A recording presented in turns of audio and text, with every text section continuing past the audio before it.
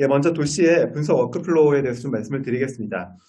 잘 아시는 것처럼 마이크로스태틱 도시에는 올랩 시멘틱 레이어를 활용해서 사용자들이 자유롭게 컨텐츠들을 구성을 하고 이 구성한 컨텐츠들을 웹브라우저를 통해서 쉽게 편집하고 바로 확인할 수 있고, 그리고 마이크로스태틱의 여러 가지 분석 기능들을 마우스 클릭만으로 사용할 수 있도록 제공을 해드리고 있어요. 이번에 2021년도에 저희가 새로운 분석 워크플로우로 제공해드리는 기능들을 추가적으로 좀 설명을 드린다면 크게 두 가지가 될 것 같습니다. 그 첫 번째는 상세한 정보들, 그리고 팝업창 형태로 정보창을 활용할 수 있도록 하는 인포 윈도우의 기능이 추가가 되었고요. 그리고 사용자들이 도시의 화면에서 뷰 형태를 선택하거나 또는 데이터 항목의 애트리뷰트나 매트릭 등을 선택할 수 있는 그 뷰의 선택 방식을 제공을 해드리고 있습니다. 이 두 가지가 어떻게 분석 워크플로우에 도움이 되는지에 대해서 한번 또 상세하게 말씀을 드려보도록 할게요. 저희 마이크로스트래티지 예전부터 사용하셨던 고객이라고 한다면은 예, 저희가 다큐먼트라고 하는 기능에서 그 제품의 기능에서 팝업창 형태를 제공했었던 거를 기억하실 수도 있습니다. 이러한 부분들이 비슷하게 도시에서도 제공이 되게 되는데요. 이 도시에서 이 정보창을 어떤 식으로 활용했는지에 대한 예들을 몇 가지 한번 설명을 드릴게요.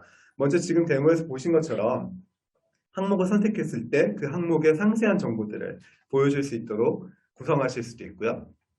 또는 사용자들이 도움말 형태로 처음 도시를 오픈을 했을 때, 그리고 물음표 모양을 선택했을 때 그 위에 이러한 모양의 알림 형태들, 그리고 가이드 문서 같은 내용들을 창 형태로 보여줄 수가 있습니다. 지금 보시는 화면에서 정보창은 약간 투명도를 준 상태이고요. 그 투명도 위에 텍스트 설명, 거기에 대한 화살표들, 그 위치에 맞게 상세한 정보들을 추가를 해놓고 사용자가 물음표를 눌렀을 때 각 시각카드에 대한 설명이라든가 선택했을 때 어떠한 그 시각화가 여기에 영향을 받는가와 같은 부분들을 설명으로 달아놓고 있습니다. 근데 현재까지의 MSTR의 정보창은 여백을 눌렀을 때 이 정보창이 클로즈 되게 되어 있어요. 그래서 예를 들어 지금 현재 정보창을 전체를 다 채워버리게 되면 선택할 여백이 없을 수가 있습니다. 그래서 만약 이렇게 디자인을 하시게 된다면 약간 여백을 남겨두시는 것이 좋고요. 그리고 차후의 로드맵에서는 정보창에 대한 닫기 버튼을 지원할 예정으로 되어 있습니다. 그래서 닫기 버튼 클릭 시에 여기에 그 정보창이 클로즈돼서 보여지도록 할 수가 있습니다. 그리고 세 번째는 메뉴를 위해서 도시의 화면에 여러 가지 텍스트들로 링크들을 걸어놓는 경우들이 있는데요. 이게 사실 그 위치를 계속 차지하고 있기 때문에 약간 그 공간이 아까울 수가 있습니다. 그래서 이러한 부분들을 메뉴바 버튼 형태로 두고 그 메뉴바를 클릭했을 때 정보창을 오픈을 하고 그 정보창 안에는 다른 도시에나 다른 페이지로 이동될 수 있도록 하는 링크들을 구성해 놓는 방법도 생각을 해보실 수 있을 것 같습니다. 예, 그리고 또 한 가지는 지금 보시는 화면처럼 해당 항목을 선택했을 때 거기에 대한 상세한 설명들이 나타날 수 있도록도 구성을 하실 수가 있어요. 그래서 지금 보시는 자동차 모양의 문, 바퀴, 그리고 아래쪽 영역들에 있는 동그라미 버튼들을 클릭을 하게 되면 거기에 해당하는 상세 정보나 스펙 정보들과 같은 부분들을 표시하게도 정보창을 활용을 하실 수가 있겠습니다. 지금까지 활용 예를 좀 말씀을 드렸는데요. 이 정보창의 몇 가지 그 상세한 내용들을 좀 말씀을 드리면 이 정보창을 만드는 건 역시 굉장히 간단하게 되어 있어요. 그래서 웹브라우저의 도시의 편집창에서 내가 정보창 항목을 클릭을 하게 되면 바로 도시에 새로운 정보창이 추가가 되게 되고요. 이 정보창 안에는 시각화들을 자유롭게 배치할 것인지 또는 자동 배치할 것인지도 선택을 하실 수가 있습니다. 그리고 여기 안에 도형이라든가 텍스트들이라든가 같이 꾸미기 위한 디자인 요소들을 추가를 하실 수가 있고요. 해당하는 부분들을 선택 후 속성들을 지정하시고 그런 항목들을 선택하신 후에 바로 사용을 하실 수가 있는 구조로 되어 있습니다. 예, 조금 넘어가서요. 시각화를 새롭게 추가를 하고 그러한 모양들을 연결해 보도록 하겠습니다. 예, 지금 보시는 정보창 디자인에는 아까 작업했던 내용의 KPI 시각화 그리고 차트 시각화를 추가를 했고요. 이 정보창을 디자인한 이후에는 이 정보창을 오픈할 시각 화면에서 바로 사용할 정보창만 지정을 해주시면 사용을 하실 수가 있습니다. 그래서 지금 보시는 것처럼 차트 안에 아까 디자인했던 정보창을 연결을 선택해 주게 되면 이제 차트 항목의 각 부분들을 클릭하게 되면 거기에 해당하는 상세한 내용들을 볼 수 있게 구성을 할 수가 있고요. 필요에 따라서는 추가적인 필터 항목들도 같이 적용되게도 설정을 하실 수가 있습니다. 네, 간략하게 정보창 형태를 좀 설명을 드렸고요. 두 번째로는 이 분석 화면을 더 유연하게 구성을 해서 더 많은 컨텐츠들을 도시의 화면에서 제공할 수 있는 패널 스택에 대해서 얘기를 드리도록 하겠습니다. 이 패널 스택의 활용 예들도 여러 가지가 있을 수가 있겠는데요. 한 가지를 생각해 보게 되면 예를 들어 내가 웹에서 디자인했던 화면과 이 웹에서 디자인한 화면을 모바일로 접했을 때 화면과 약간 레이아웃이라든가 구성들이 바뀌어야 될 필요가 있습니다.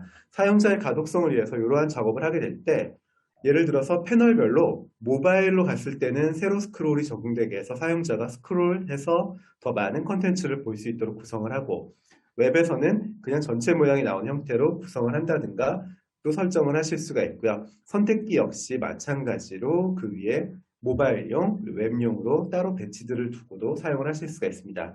네, 여기는 마이크로스트래티지가 작년도 그 3분기 때 릴리즈했던 버전에 추가됐던 기능인데요.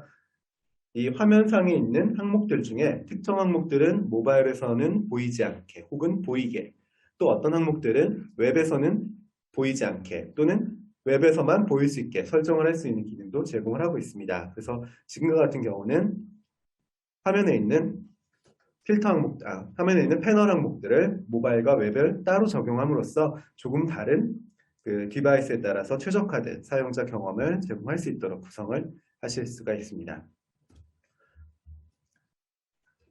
예, 또 다른 경우는 지금 보시는 것처럼 예를 들어서 두 가지 화면들을 사용자한테 동시에 제공해 줄 필요가 있을 때 이 부분들을 화면상에 각각 디자인을 해서 얹을 수 있을 수도 있겠지만 사용자가 내가 보고 싶은 A 화면, 내가 보고 싶은 B 화면을 선택기를 통해서 선택할 수 있도록 또 구성을 하실 수가 있고요. 예, 아까 좀 전에 말씀드렸던 것처럼 이 화면 구성 자체도 자동 레이아웃을 사용하시거나 또는 프리폼 레이아웃을 사용하실 수도 있고요. 그리고 선택기 모양 역시 화면 디자인에 맞추어서 자유롭게 포매팅을 하고 적용을 하실 수가 있습니다. 그리고 또 한 가지 제가 좋아하는 기능 중에 하나는 예를 들어 도시에를 디자인을 했는데 도시에 안에 굉장히 많은 컨텐츠들이 들어가 있습니다. 근데 이 중에서 몇 가지를 좀 해보니까 요거는 패널로 묶어서 따로 빼는 게 좋다라고 판단이 들면 이 패널을 만들고 거기에 새롭게 시각화를 만드는 게 아니라 패널을 추가한 다음에 기존 도시에 화면에 했던 시각화들을 그 패널들로 이동시킬 수가 있으세요. 그래서 쉽게 화면들을 재구성하고 적용을 하실 수가 있습니다. 만드는 과정에 대한 데모를 잠깐 보여드리게 되면요. 역시 아까 정보창을 디자인했던 것처럼 그냥 추가만 하게 되면 새로운 패널 항목이 도시의 쪽에 추가가 되고요. 그 안에 패널 화면들 역시 자유롭게 추가를 하고 사용을 하실 수가 있습니다. 기본적으로 패널 선택기가 패널에 붙어 있습니다만 이 부분들 기본 항목으로 사용할 건지 아니면 필요에 따라 내가 포매팅을 한 패널 선택기를 사용할 것인지는 사용자의 자유에 따라서 지정을 하실 수가 있으세요. 그래서 지금 보신 것처럼 화면 1번과 2번에 대한 항목들을 제가 설정하고 여기에 대한 디자인 작업들을 수행을 하게 되면 패널 선택기를 추가해서 사용을 하실 수가 있고요. 그 안에 역시 마찬가지로 자유 레이아웃 형태로 디자인을 하시거나 오토 레이아웃 형태로 디자인하는 방식들을 같이 적용을 할 수가 있습니다. 예, 그래서 아까 데모에서 잠깐 이제 보셨던 형태의 화면들을 디자인하는 데 있어서 역시 마찬가지로 시각카드를 자유롭게 배치하고 적용하고 포매팅을 해서 이런 항목들을 바로 추가를 해서 사용을 하실 수가 있으세요.